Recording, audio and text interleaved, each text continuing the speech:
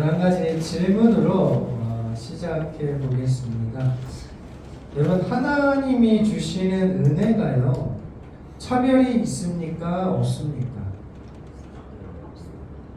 하나님이 주시는 은혜가 차별이 있습니까? 없습니까? 진짜 없습니까? 있어요? 정확하게 얘기해 주세요.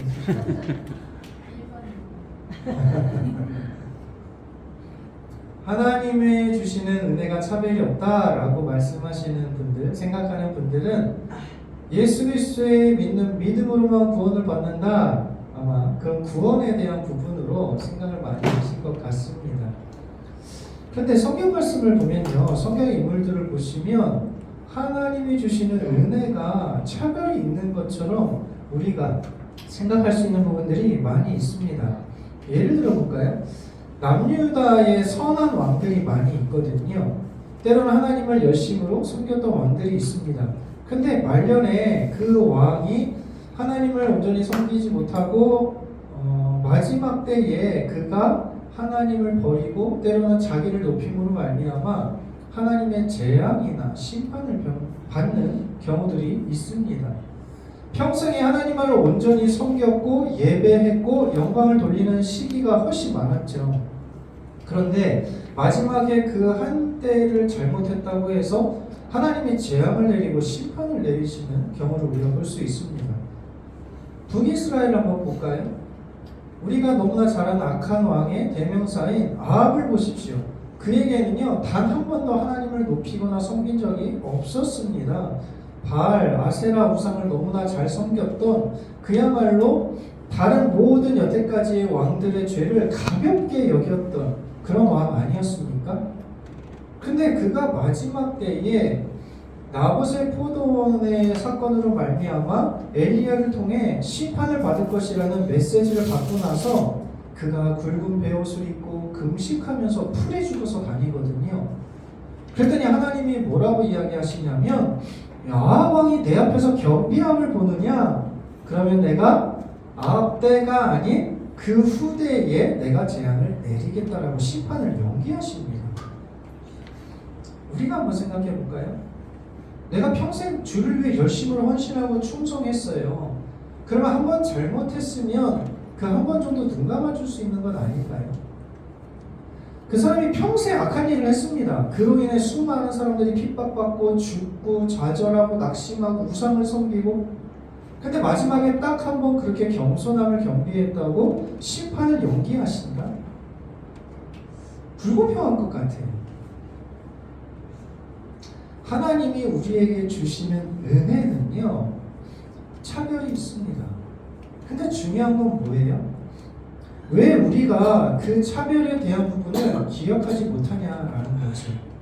여러분, 은혜의 정의가 뭐죠? 은혜의 정의가 하나님으로부터 하나님께서 주시는 일방적인 호의예요. 우리의 공로, 행함, 열심, 노력, 그게 아무것도 들어가지 않는 거죠. 그러니까 하나님이 어떤 사람에게는 굉장히 많은 은혜를 부어주시고, 그 사람이 조금이라도 잘못하면 하나님이 채찍질 하시기도 하고, 어떤 사람은 안 믿으니까 계속해서 기적을 보이시고 사람을 통해 역사를 드러나게 하고 끊임없이 죽게 돌아오고 많은 은혜를 주시는 반면에 어떤 사람은 내버려 두시거든요. 다른 거예요. 왜 그렇습니까? 우리는 자꾸 은혜하면 어떻게 생각을 하냐면, 내가 열심히 노력한 만큼의 그 은혜를 많이 받는다고 생각을 하는 거죠. 그러나 은혜는요, 하나님에게서 주시는 일방적인 거예요. 그런데 문제는 뭐냐? 우리는 하나님께 왜 저 사람에게 많은 은혜를 주시고 저 사람에게 적은 은혜를 주시나요? 라고 불평할 수 없다는 거죠. 우리의 공로가 절대 들어갈 수 없기 때문에. 우리의 하나님은요, 우리의 창조주이십니다. 지금도 우리를 다스리시고요, 우리의 왕이신 분이시죠. 하나님께서 내가 저 사람을 불쌍히 여겨서 많은 은혜를 주어야 되겠다라고 말씀하실 때 우리가 하나님 그건 안 됩니다, 저 사람은 너무 악한 사람입니다. 우리 그럴 자격이 없다는 거예요. 이미 하나님께서는 우리를 죽을 수밖에 없는 환경 가운데서 정말 우리를 선택하셔가지고 구원하신 거거든요. 그 은혜에 우리는 감사하면서 맞습니다, 옳습니다, 하나님의 깊으신 뜻이 있습니다, 신뢰하면서 우리는 하나님께 감사하며 나갈 수밖에 없다는 거예요. 그러므로 여러분, 은혜를 사모하십시오. 왜요? 하나님이 주시는, 하나님에게 오직 주어진 그런 권한이기 때문에 다른 사람이 많은 은혜를 받은 게 부럽습니까? 여러분, 하나님께 간구하십시오. 나에게도 이만큼의 많은 은혜를 주십시오. 여러분, 기대하십시오. 나의 공로, 내가 하나님께 열심히 하지도 못했으니까 난 이만큼만 받으면 되지. 아니요. 자격 없어도 하나님이 주시는 겁니다. 마음껏 여러분 하나님의 은혜를 사모하시고 간구하십시오. 그럼 하나님께서 내가 기대하는 바대로 풍성하게 채워주실 겁니다. 우리는 하나님이 행하시는 일들에 대해서 어떻게 판단을 해야 됩니까? 많은 그러한 열심을 가지고 하나님의 은혜를 누린 사람이 순간 실수하거나 넘어져서 하나님의 재앙이 임할 때 나도 그럴 수 있겠구나. 그것을 반면교사 삼아서 우리도 끝까지 하나님만을 신뢰하며 살아야 되겠구나. 우리 그것을 기억해야 되는 거죠. 악한 자에게 하나님의 은혜가 임하셔서 그를 용서해 주셨습니다. 우리는 결국 용서할 수 없을 것 같은데 용서를 받았습니다. 우리는 어떻게 생각해야 됩니까? 하나님 어떻게 그러실 수 있죠? 그것이 아니라 도저히 인간은 할 수 없는, 어떻게 그런 악인들조차도 하나님은 사랑하실 수 있습니까? 그 사랑에 우리는 감사해야 되는 거죠. 그 사랑에 기뻐해야 하는 것입니다. 오늘 말씀 가운데서도요, 우리가 계속해서 다니엘서 말씀을 살펴보지만 지금 의도적으로 다니엘서 5장에서는 이 벨사살 왕과 느부갓네살 왕을 비교하고 있거든요. 그런데 느부갓네살 왕에게는 하나님이 되게 많은 기회를 주시고 있는 거에 비해서 벨사살 왕에는요, 오늘 단 한 번 그렇게 잘못했다고 회개의 기회도 주지 않고 바로 그날 밤에 죽임을 당하거든요. 도대체 무슨 차이가 있을까요? 하나님은 왜 벨사살에게 한 번 더 기회를 주시지 않으셨을까요? 오늘 말씀을 통해서 과연 우리에게 원하시는 바가 무엇인지 우리가 함께 살펴보며 생각하도록 하겠습니다. 지난주 말씀에 이 벨사살은요, 지금 모든 지역을 다 잃어버리고 자기가 사는 왕궁, 이 몇 개 안 되는 그 성만을 가지고 있는 그 위기 상황 가운데서 1000명의 사람들을 불러서 잔치를 했습니다. 그 잔치 가운데서 심지어 신들의 보물 창고에 있는 하나님의 성전 것을 가져다가 그것으로 마시면서, 그리고 오히려 의도적으로 그 문 구리 쇠 나무로 된 그러한 자신들의 신들을 찬양했습니다. 그것을 통해서 벨사살이 기대했던 바는 무엇이냐면 자신이 아버지 느부갓네살보다 더 뛰어나다라는 것을 보여주고 싶었고, 자신들이 믿는 신들을 자극해서 이 전쟁의 위기를 모면하려 했었습니다. 그러나 하나님을 욕되게 한 그 모습을 통해서 하나님은 벽에 글씨를 써서 그에게 경고하셨고, 수많은 지혜자들이 그것을 풀려고 했지만 읽지도 못했다라는 거죠. 그런데 그의 왕비, 어머니인 왕비가 찾아와서 벨사살에게 그건 아무 걱정할 게 안 됩니다. 거룩한 영이 있는 자 다니엘에게 그것을 물으시면 대답을 할 거라고 이야기를 했습니다. 그런데 이 벨사살은요, 왕비가 대답했던 것보다 훨씬 더 축소돼서 그를 약간 내려보면서 지금 대우하고 있다라는 거죠. 그런 상황 가운데서 오늘 본문 말씀 가운데 다니엘이 그 글을 읽고 해석하는 것을 볼 수 있습니다. 사실 벨사살의 입장이라면요, 다니엘이 유일한 소망 아닙니까? 좀 더 우리가 다니엘을 대할 때 너가 우리 아버지가 칭찬했던 거룩한 신들의 영이 있는 사람이고 이것을 능히 해석할 수 있는 사람이냐, 그것을 베푼다면 내가 이 모든 걸 줄게. 좀 더 우리가 진지하게 그를 바라봐야 되는 건 아닐까요? 근데 벨사살은요, 내가 우리 아버지가 잡아온 그 노예야? 그거 맞아? 너가 그렇게 꿈을 잘 꾼 다음에 한번 풀어봐. 그럼 내가 이만큼 상급을 줄게. 여전히 그 왕의 위치에서 교만한 모습으로 다니엘을 대하고 있었다라는 겁니다. 그런데 다니엘이 어떻게 반응하고 있습니까? 17절 말씀. 왕의 예물은 왕이 친히 가지시며 왕의 상급은 다른 사람에게 주옵소서. 그럴지라도 내가 왕을 위하여 이 글을 읽으며 그 해석을 아뢰리이다. 뭐 오늘날에도 마찬가지겠지만 당시 고대 사회에서도요, 그 점술가들, 그렇게 점을 치는 사람들에게 예물을 얼마큼 주느냐에 따라 그가 열심히 더 깊이 자세하게 보통 점괘를 말해주는 거죠. 오늘날 복채가 뭐 내가 5만 원을 내느냐 100만 원을 내느냐에 따라 그 사람이 더 열심히 해가지고 그에게 더 좋은 것을 그렇게 제공하는 것처럼 당대에도 마찬가지입니다. 근데 지금 다니엘은요, 이것을 거부하고 있어요. 예물 그거 필요 없습니다. 그냥 왕이 가지십시오. 나에게 주시는 상급 세 번째 자리 그냥 다른 사람에게 주셔도 됩니다. 그럼에도 불구하고 나는 왕을 위해 글을 읽고 해석할 것입니다. 그 이유가 뭡니까? 다니엘에게 지금 중요한 건 뭐예요? 그냥 모든 점술가들이 야, 저 글을 읽고 해석하면 세 번째 자리에 오르게 되고 금사슬과 그렇게 많은 것들을 준대. 사람들의 목표, 점술가들의 목표는요, 그 예물과 높은 지위에 있는 거죠. 근데 다니엘은 아니라는 거예요. 이것은 나에게 중요하지 않습니다. 뭐가 중요한 거예요? 글과 이 해석을 통한 벨사살에게 하나님의 뜻이 중요하다는 거죠. 하나님의 뜻이. 다른 건 필요 없다는 거예요. 여러분, 오늘 우리가 살아가는 목적이 하나님의 영광이라는 것을 우리 너무나 잘 알고 있어요. 그런데 만약 하나님께서 내가 하나님의 영광을 위해서 나에게 가진 것을 모두 잃을 수 있다면 여러분 어떻게 하시겠습니까?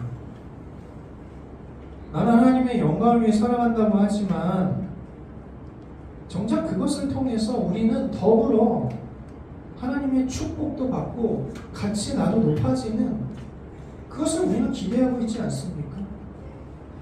그런데 만약에 너가 가진 것을 모두 잃으면 내가 더 큰 영광을 받을 거야 라고 우리에게 말씀하시면 여러분 어떻게 하시겠습니까?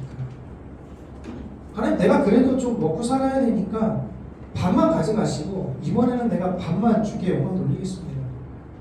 여러분 이렇게 하실 건가요? 우리의 최우선 순위가 무엇인지를 우리가 항상 기억하지 않으면요, 우리는 쉽게 흔들리고 무너질 수 있어요. 왜요? 우리 인간의 욕심은 끝이 없거든요. 지금 가진 것을 우리는 만족하며 살 수 없습니다. 조금 더 많이 있었으면 좋겠고요, 조금 더 높아졌으면 좋겠고, 조금 더 평안했으면 좋겠다. 그게 우리의 솔직한 심정 아닙니까? 다른 세상의 물질보다 하나님 주시는 그 평안이 더 많으면 좋겠지만, 그러나 그 부족함을 때론 하나님이 주신 축복, 부와 명예와 권세, 권력 이런 것들로 우리가 채우고 있는 것 아닙니까? 오늘 하나님께서 우리에게 너를 통해서 큰 영광 받기를 원한다고 말씀하실 때에 주여, 정말 나에게 다른 아무것도 필요 없습니다. 정말 주를 위해 내가 살아가겠습니다. 여러분, 이런 믿음의 고백으로 우리가 살아가기를 소망합니다. 그런데 그 다음에 그렇게 살겠다고 다시 다니엘이 이제 이것을 글을 읽고 해석을 하는데, 오늘 본문 말씀을 잘 보세요. 지금 다니엘이요 18절에서 28절까지 엄청 길게 설명을 해주고 있거든요. 그런데 두 부분으로 나눠집니다. 18절에서요 지금 24절까지는요 벨사살에게 왜 이러한 글이 나타났는지를 설명하는 거예요. 그리고 정작 벨사살이 그렇게 원했던 글을 읽고 해석하는 부분은요 25절에서 28절까지 굉장히 짧게 설명되어 있습니다. 이야기하는 거예요. 다니엘은요 지금 왕 당신이 원하는 저 글을 읽고 해석하는 게 그렇게 중요하지 않다는 거예요. 저 글이 왜 벽에 쓰여졌는지 그 원인이 중요하다는 거죠. 원인을 알았다면 그거에 대한 해결과 방법을 알 수 있으니까. 다니엘은 내가 이 글을 읽고 해석해서 내가 세 번째 진리가 되고 많은 상급을 얻는 것, 여러분 그것이 중요하지 않다는 거예요. 그러면 도대체 왜 벨사살에게 이러한 글귀가 쓰여졌고 지금 해석을 해야 되는 부분이 생겼습니까? 먼저 18절에서 21절 말씀 보세요. 이렇게 이야기합니다. 지극히 높으신 하나님이 왕이 붙인 느부갓네살에게 큰 권세와 영광과 위엄을 주셨고 큰 권세를 주셨으므로 사람들이 그 앞에서 떨며 두려워하였으며 그는 임의로 죽이며 임의로 살리며 임의로 높이며 임의로 낮추었다.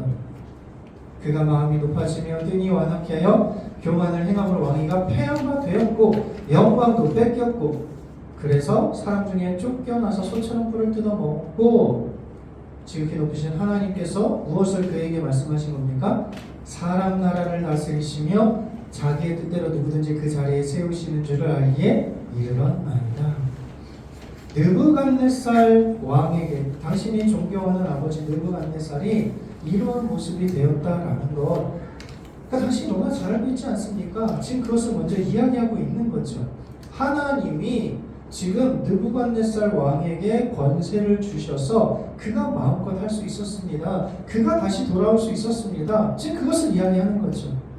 그 다음에 22절에서 4절 말씀 보시면 무엇을 이야기합니까?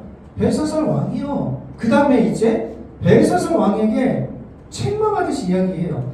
이것을 다 알고도 아직도 마음을 낮추지 아니하고 자신을 하늘의 주제보다 높이며 성전 그릇을 왕 앞으로 가져다 왕과 귀족들과 후무들과 술을 마시고 또 금은구리 새와나무 돌로 만드신 상을 찬양하고 왕의 모든 길을 작정하신 하나님께 영광을 돌리지 아니한지라.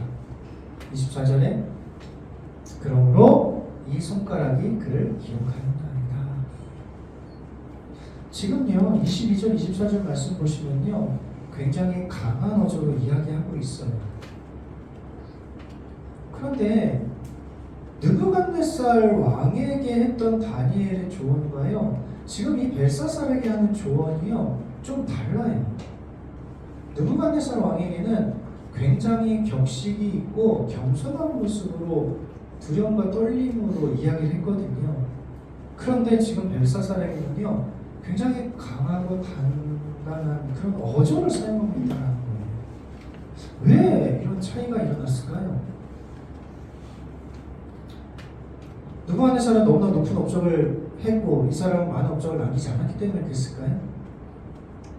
어디에 차이점이 있냐면 하나님이 주시는 회개의 기회가 있느냐 없느냐의 차이가 있는 겁니다. 느부갓네살은요 그가 꿈을 꿨을 때에 미리 하나님께서 회개의 기회를 주셨죠. 그렇더기는 남겨두라. 왕이여 지금이라도 하나님의 공의와 정의를 행하시면 이 꿈대로 되지 않을 수도 있습니다.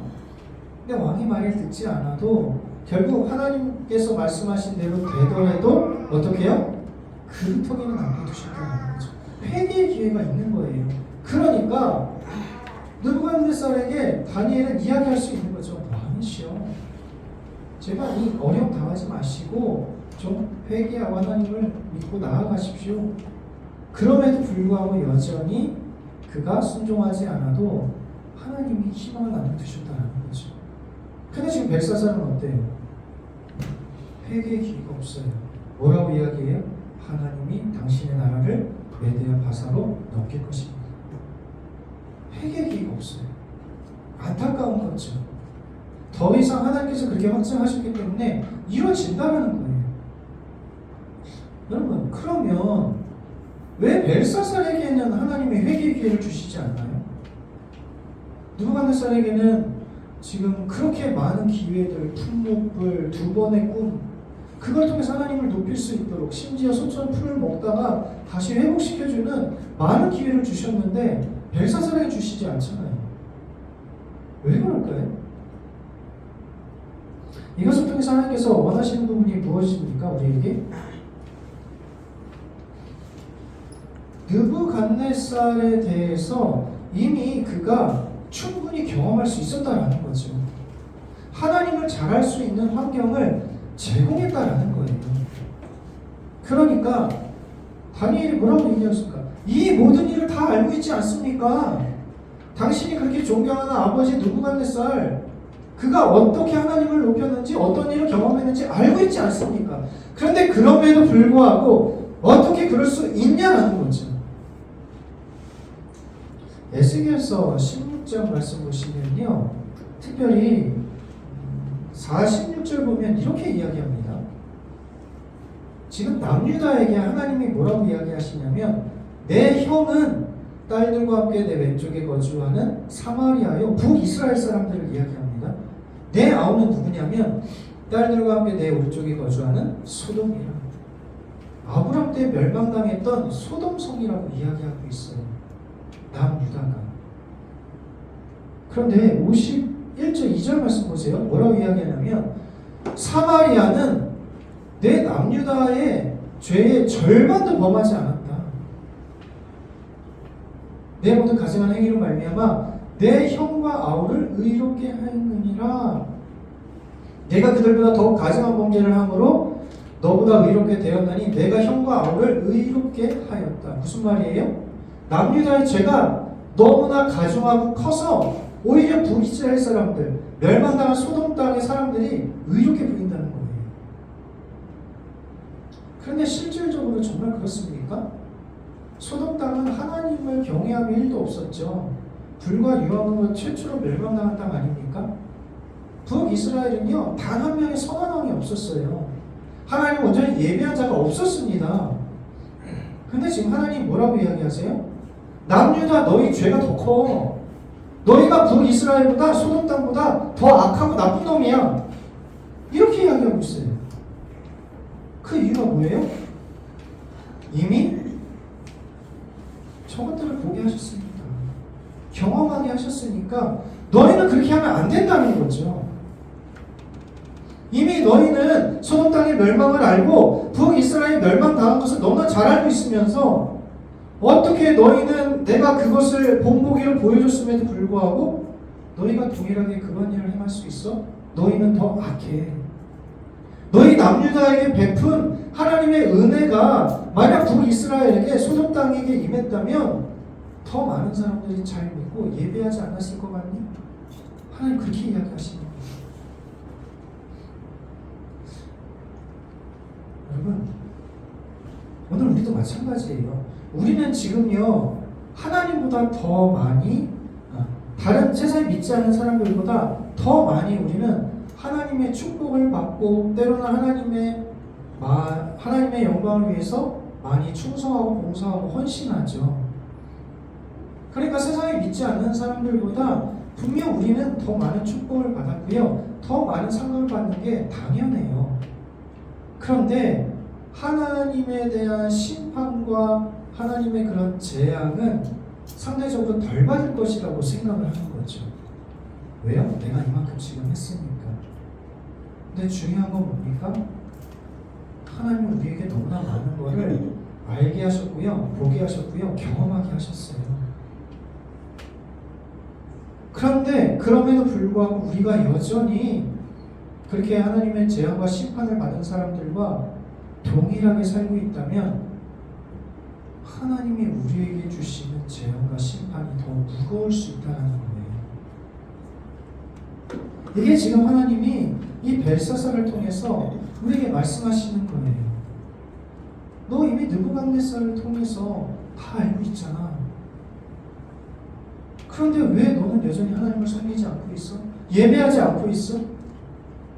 너는 알고 있지 않느냐?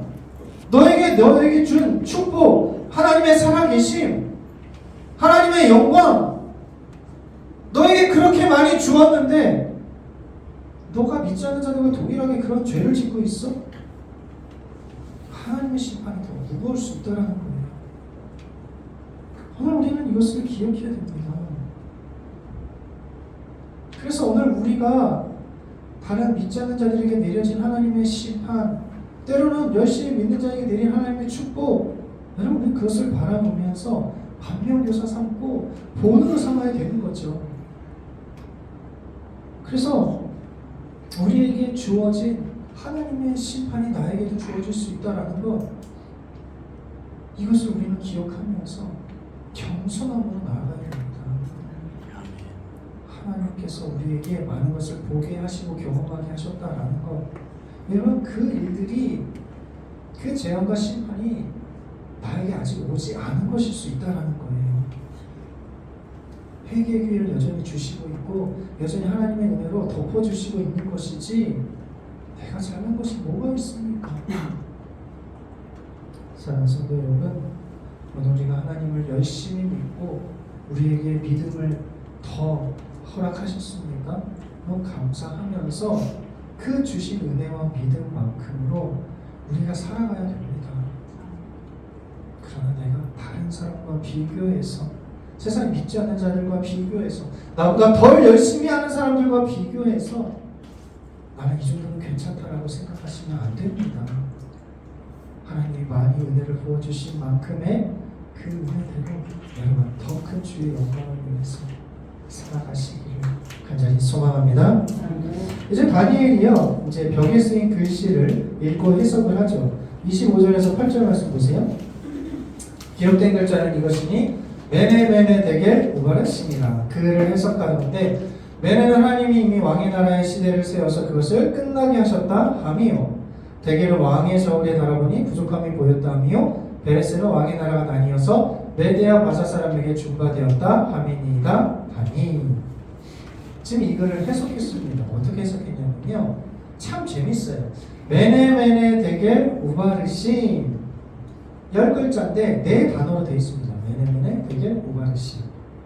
그런데 이 글자가요, 저렇게 대놓고 해석될 수 있는 글씨가 아니에요.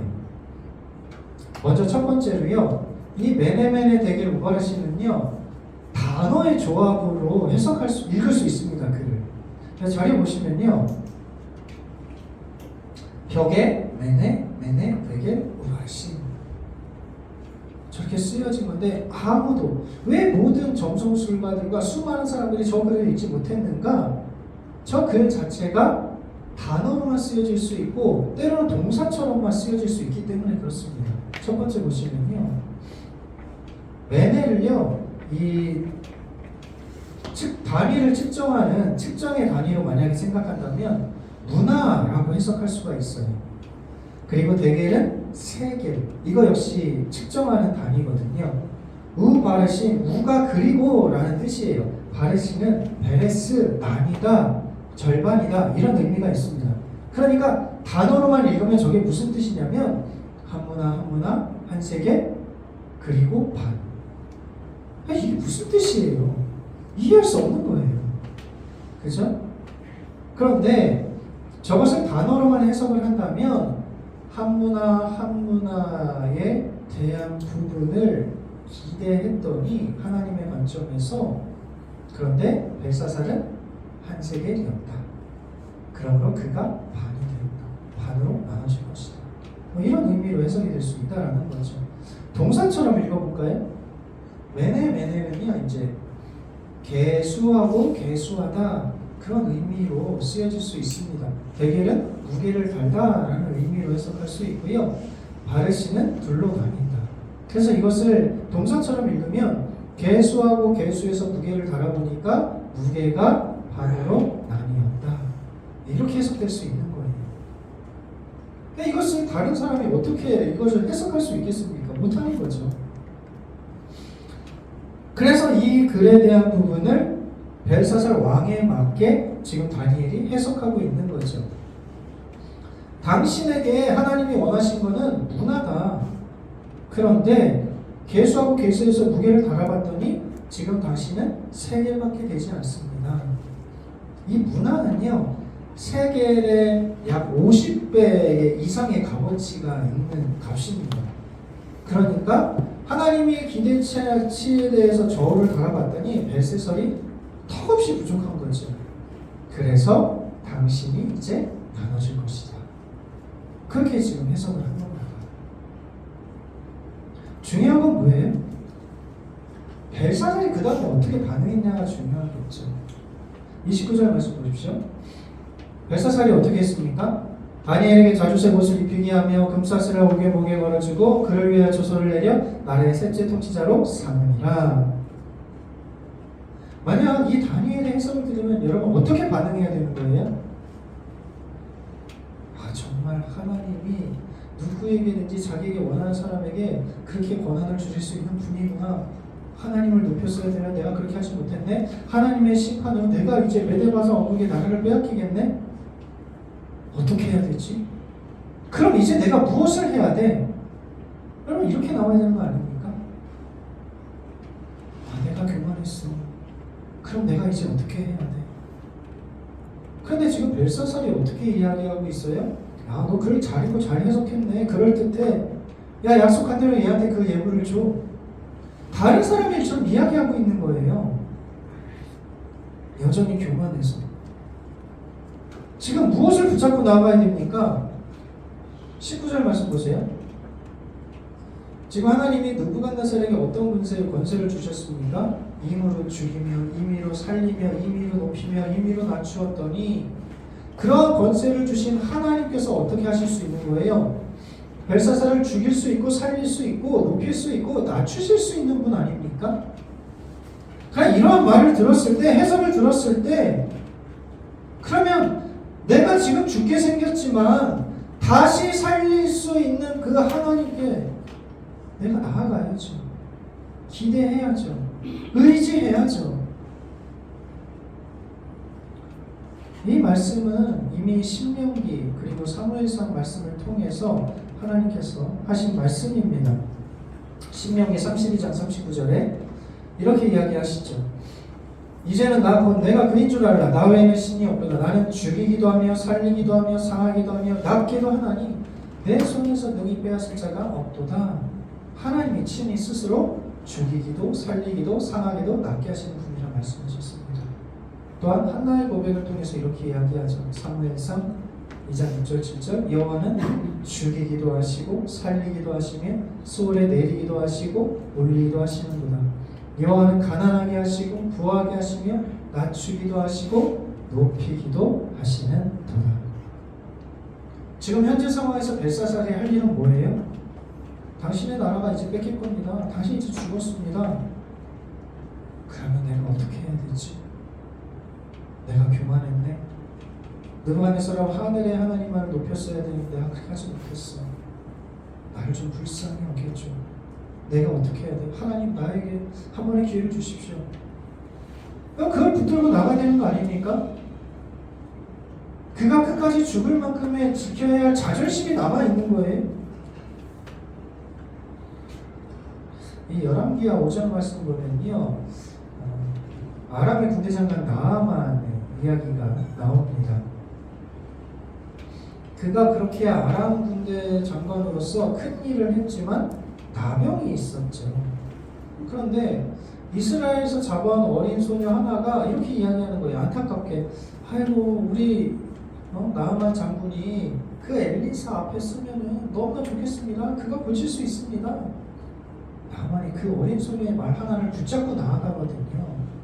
그래서 왕의 조서를 가지고 수많은 군대와 금은보화를 가지고 마침내 엘리사의 집의 근처에 도착하게 되었습니다. 근데 엘리사가요, 사원 하나를 그냥 보내요. 보내고 나서 말을 전합니다.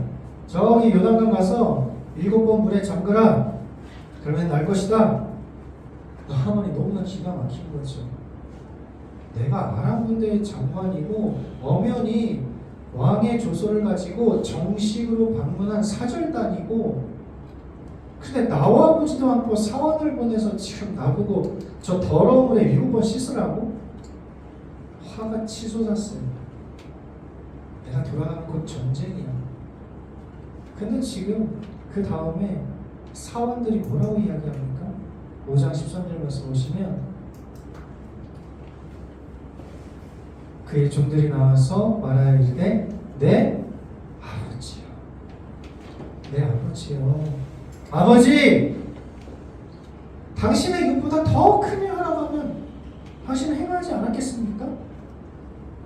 하물며 여기 가서 씻으라고 하는데 그게 그렇게 어려운가요? 나만이 이 말을 듣고 내려가서 이웃을 잠그죠.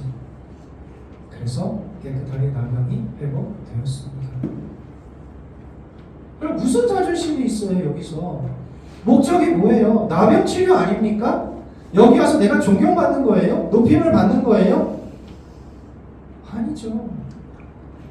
내가 나병을 고침을 받을 수만 있으면 요단강이 아니라 그 더러운 물로 씻으라고 해도 더 악한 것을 하라고 해도 해야 되는 거 맞는 거 아닙니까? 근데 무슨 자존심을 그렇게 세우고 있어요? 벨사살이 지금 죽이기도 하시고 살리시기도 하시는 분, 아니 이미 죽이려고 작정했으면 벽에 글씨 쓰실 줄 알았었겠죠. 마지막 한 번 더 회개 기회를 주시는 거예요 지금. 저 글을 읽고 해석하고 겸손하고 겸비하고 하나님 의지해서 살려달라 말하면 하나님 한 번 더 기회를 주실 거예요. 하나님 앞에서 무슨 얼어 죽을 자존심이 그렇게 남아있습니까? 그건 내가 아직도 하나님만큼 내가 높아져 있다는 소리인 거죠. 아니면 하나님보다 약간 아래에 있는 거죠. 다른 사람은 밑으로 보면서 내가 열심히 하니까, 주님을 열심히 봉사하고 헌신하니까, 하나님께 많이 기도하고 예배하니까 완전히 낮아지지 못하는 거죠. 베드로가 예수님 발을 막 씻기는데, 아니 왜 주님이 내 발을 씻기십니까? 안 됩니다. 근데 그 말에는 무슨 의미가 있냐면 주님 당신도 안 되고 나도 안 돼요. 그 뜻이 담겨 있어요. 왜? 자기는 수제자니까. 저 더 낮은 다른 제자가 씻겨야죠. 당신이 씻기면 안 됩니다. 아니 나도 안 되죠. 가장 높으신 주님이 발을 씻겨주시는데 우리는 하나님 앞에 되게 많은 자존심을 가지고 막 그렇게 나아가려고 해요. 이 정도쯤은 내가 하나님 할 테니까 하나님 요것만 해주세요. 이게 무슨 한 명의 손을 이루는 겁니까? 아니에요. 전적으로 맡겨야죠. 전적으로. 아니면 죽는 것인데 내 속에 내가 살아있으니까 죽는 거예요. 하나님께. 내가 죽어야 하나님 나를 살리시죠. 근데 우린 이거를 놓지 못해요. 자꾸 얼어 죽을 자존심? 나는 하나님께 그런 게 어디 있어요. 하나님 앞에 우리는 그 어떤 것도 내세울 자격이 없는 사람들 아닙니까? 하나님은요 나의 작은 믿음, 겨자씨만한 믿음 때문에 예수 그리스도를 믿는 믿음이 있어서 나에게 은혜와 사랑을 부어주시는 거예요. 내가 엄청나게 큰 믿음, 주를 위해 내가 죽기를 각오하는 뛰어난 믿음, 그게 있어서 우리를 구원한 게 아닙니다. 여러분 내려놓으십시오. 하나님은 겸손한 자에게 은혜를 한없이 베푸시는 분이십니다. 그 하나님으로 이번 한 주간 우리가 승리하길 원합니다. 하나님의 하나님 되심을 여러분 인정하시고 하나님 앞에서 우리는 그냥 바짝 철저하게 영치불고하고 내가 하나님께 한 것이 없어도요 여러분 괜찮아요. 하나님 다 아세요. 하나님 내가 그래도 하나님께 한 게 없으니까 이만큼은 내가 할 테니까 하나님 이만큼 하나님 대신 도와주세요. 아니에요. 모든 걸 다 맡기십시오. 하나님께서 우리를 구원해 주실 것입니다. 다시 한번 낮아진 우리를 높여주실 것입니다. 죽어가는 우리를 살리실 줄 믿습니다. 그 하나님을 붙들고 이번 한 주간도 낮아진 내가 높아지고 때로는 내가 높아지던 내가 낮아져서 겸손함으로 하나님이 해야 할 일들을 기대하기를 소망합니다. 하나님께 철저하게 의지하십시오. 하나님께 가까이 나아가십시오. 있는 솔직한 모습 그대로, 그리고 내 죄된 모습 나만 너무나 잘 알고 있지 않습니까? 추악한 이 나만 알고 있는 나의 죄 여러분 고백하십시오. 뭐가 그렇게 중요해요 하나님 앞에. 말씀을 정리하겠습니다. 벨사살은요 지금 잔치를 벌일 수 있는 환경이 아니었어요. 그런데 자기가 느부갓네살 존경하는 아버지보다 더 높은 사람이라고, 내가 지금 믿고 있는 신들을 자극해서 하나님 성전을 가져왔다가 그렇게 모욕하면서 아버지 느부갓네살도 하지 않았던 일을 하고 있는 거죠. 분명히 느부갓네살을 통해서 온 나라의 조소로 반포됐어요. 하늘의 하나님을 높이고 찬양하라. 그의 나라만이 영원할 것이다. 교만한 자를 낮추실 것이다. 근데 벨사살 자기 일인 줄을 몰랐어요. 지금 글을 읽고 해석되었으면 어떻게 해야 돼요? 바짝 엎드려야죠. 살려달라고 외쳐야죠. 아니 무슨 자존심이 있어요. 결과가 뭡니까? 너무나 끔찍하지 않습니까? 그날 밤에 죽임을 당해요. 그 한 사람만 당했겠습니까? 그에 속한 수많은 신하들, 가족들, 백성들, 너무 많은 사람이 죽잖아요. 하나님의 많은 역사를 여러분이 경험하셨고 심판을 받는 것도 경험하셨다면 여러분 우리는 그렇게 동일하게 살면 안 돼요. 잘못한 것은 철저하게 회개하고요. 작은 것 하나라도 하나님을 의지하십시오. 내 자존심 내려놓고요. 내 속에 있는 모든 것을 다 쏟아내십시오.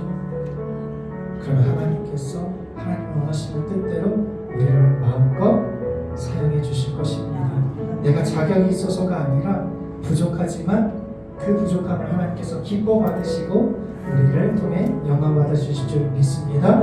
이 한 주간도 그렇게 주의 나라와 주의를 위해 주의 나라를 이루어 가실 수 있는 저 어린 우리에게 주의 이름으로 축복합니다.